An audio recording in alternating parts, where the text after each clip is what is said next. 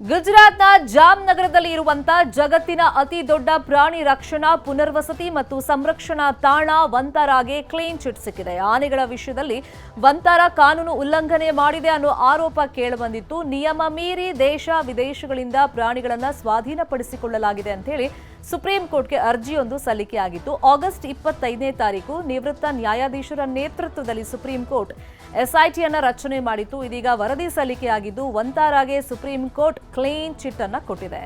ಇನ್ನು supreme ತೀರ್ಪನ್ನ ವಂತಾರಾ ಸ್ವಾಗತಿಸಿದೆ. SIT ವರದಿಯಲ್ಲಿ ಏನಿದೆ, ಕಾನೂನು ಉಲ್ಲಂಘನೆ ಆಗಿಲ್ಲ ಅನ್ನೋಕೆ ಸಂಬಂಧಪಟ್ಟಂತೆ ಅಂದ್ರೆ ಹಲವು ಉನ್ನತ ಸಂಸ್ಥೆಗಳ ಸಹಯೋಗದೊಂದಿಗೆ ಎಸ್ಐಟಿ ವಿಸ್ತೃತ ತನಿಖೆಯನ್ನು ಕೈಗೆತ್ತಿಕೊಂಡಿತ್ತು. ಅದರಲ್ಲಿ ವನ್ಯಜೀವಿ ರಕ್ಷಣೆ ಕಾಯ್ದೆ 1972 ಉಲ್ಲಂಘನೆ ಆಗಿಲ್ಲ ಅಂತ ತಿಳಿಸಿದೆ. ಇನ್ನು ಮೃಗಾಲಯ ಮಾನ್ಯತೆ ನಿಯಮಗಳು 2009 ಕೂಡ ಉಲ್ಲಂಘನೆ ಆಗಿಲ್ಲ. ಸಿಜೆಡ್ಎ ಮಾರ್ಗಸೂಚಿಗಳ ಉಲ್ಲಂಘನೆ ಆಗಿಲ್ಲ. ಕಸ್ಟಮ್ಸ್ ಕಾಯ್ದೆ 1962 ಇದು ಕೂಡ ಉಲ್ಲಂಘನೆ ಆಗಿಲ್ಲ.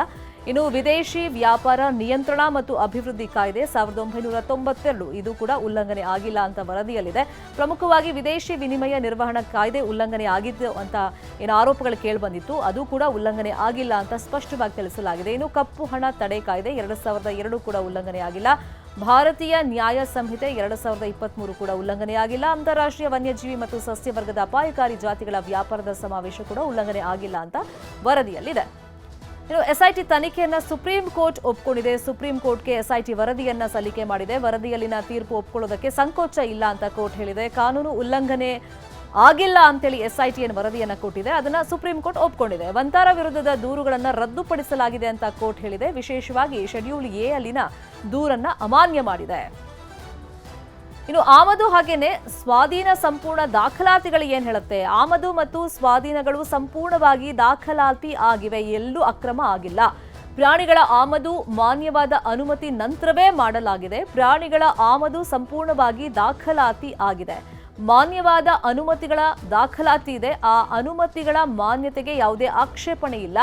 ಅನುಮತಿಗಳಿಗೆ ಒಳಪಡುವಂತಹ ಕಾನೂನು ಕಾರ್ಯಗಳು ವಿವಾದ ರಹಿತವಾಗಿವೆ ಅಂತೇಳಿ ಎಸ್ಐಟಿ ತನ್ನ ವರದಿಯಲ್ಲಿ ತಿಳಿಸಿದೆ.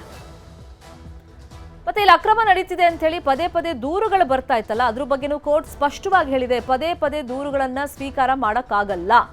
ವಂತಾರಾ ಬಗ್ಗೆ ಪದೇ ಪದೇ ತನಿಖೆಗಳು ನಡೆದಿವೆ, ಯಾವುದೇ ಕಾನೂನು ಉಲ್ಲಂಘನೆ ಆಗಿಲ್ಲ ಅಂತ ತೀರ್ಮಾನವನ್ನ ಕೋರ್ಟ್ ಕೈಗೊಂಡಿದೆ. ಇನ್ನು ಗುಣಮಟ್ಟ ಮೀರಿದ ಮಾನದಂಡಗಳು ಏನೇನು ಅಂತಂದ್ರೆ, ವಂತಾರಾದಲ್ಲಿ ಅದ್ಭುತ ಗುಣಮಟ್ಟಗಳನ್ನ ಅನುಸರಿಸಲಾಗಿದೆ. ಕಲ್ಯಾಣ ಮಾನದಂಡಗಳು ಗುಣಮಟ್ಟವನ್ನ ಮೀರಿವೆ. ವಂತಾರಾದ ಸೌಲಭ್ಯಗಳು ನಿಗದಿತ ಗುಣಮಟ್ಟವನ್ನ ಮೀರಿವೆ. ಮರಣ ಪ್ರಮಾಣವು ಜಾಗತಿಕ ಮೃಗಾಲಯ ಸರಾಸರಿಗೆ ಸಮಾನವಾಗಿದೆ. ವಂತಾರಾದ ಸೌಲಭ್ಯಗಳ ಬಗ್ಗೆ ಸಂತೃಪ್ತಿ ಇದೆ ಅಂತ ಎಸ್ಐಟಿ ವರದಿಯನ್ನ ಸಲ್ಲಿಕೆ ಮಾಡಿತ್ತು. ಅದನ್ನ ಕೋರ್ಟ್ ಕೂಡ ಒಪ್ಪಿಕೊಂಡಿದೆ. ಇನ್ನು ಸ್ವತಂತ್ರ ಜಾಗತಿಕ ಪ್ರಮಾಣೀಕರಣ ಏನ್ ಹೇಳುತ್ತೆ, ಗ್ಲೋಬಲ್ ಹ್ಯೂಮನ್ ಸೊಸೈಟಿಯಿಂದ ಸ್ಥಳ ಪರಿಶೀಲನೆಯನ್ನ ಮಾಡಲಾಗಿದೆ. ತಮ್ಮ ತಂಡದ ಮೂಲಕ ಆಡಿಟ್ ಕೂಡ ಮಾಡಲಾಗಿದೆ. ವಂತಾರಾ ಅಂತಾರಾಷ್ಟ್ರೀಯ ಗುಣಮಟ್ಟವನ್ನ ಪಾಲಿಸಿದೆ. Global humane certified seal of approval ಕೂಡ ಅದಕ್ಕೆ ಸಿಕ್ಕಿದೆ. ಇನ್ನು ಅನುಸರಣೆ ದೃಢೀಕರಿಸುವಂತ ತಪಾಸಣೆಗಳು ಏನೇನು ಆಗಿದೆ ಅಲ್ಲಿ, ಕೇಂದ್ರ ಮೃಗಾಲಯ ಪ್ರಾಧಿಕಾರದಿಂದ ಕಾಲಕಾಲಕ್ಕೆ ತಪಾಸಣೆಯನ್ನ ಮಾಡಲಾಗಿದೆ. ಗುಜರಾತ್ನ ಮುಖ್ಯ ವನ್ಯಜೀವಿ ವಾರ್ಡನ್ನಿಂದ ಕಾಲಕಾಲಕ್ಕೆ ಅಲ್ಲಿ ತಪಾಸಣೆ ಮಾಡಲಾಗಿದೆ, ಪರಿಶೀಲನೆ ಮಾಡಲಾಗಿದೆ. ಸಿಟೀಸ್ ನಿಂದ ಮೌಲ್ಯಮಾಪನ ಮಾಡಲಾಗಿದೆ. ಇನ್ನು ಮಾನದಂಡಗಳಲ್ಲಿ ಕೊರತೆ ಇದೆ ಅನ್ನೋ ಆರೋಪ ಆಧಾರ ರಹಿತ ಅಂತ ವರದಿಯಲ್ಲಿ ತಿಳಿಸಲಾಗಿದೆ. ಇನ್ನು ಆರ್ಥಿಕ ದುರ್ನೀತಿಯ ಆರೋಪ ತಿರಸ್ಕೃತ ಆಗಿದೆ. ಕಾರ್ಬನ್ ಕ್ರೆಡಿಟ್ಗಳ ದುರುಪಯೋಗ ಆಧಾರ ರಹಿತ ಅಂತ ವರದಿ ಹೇಳ್ತಾ ಇದೆ.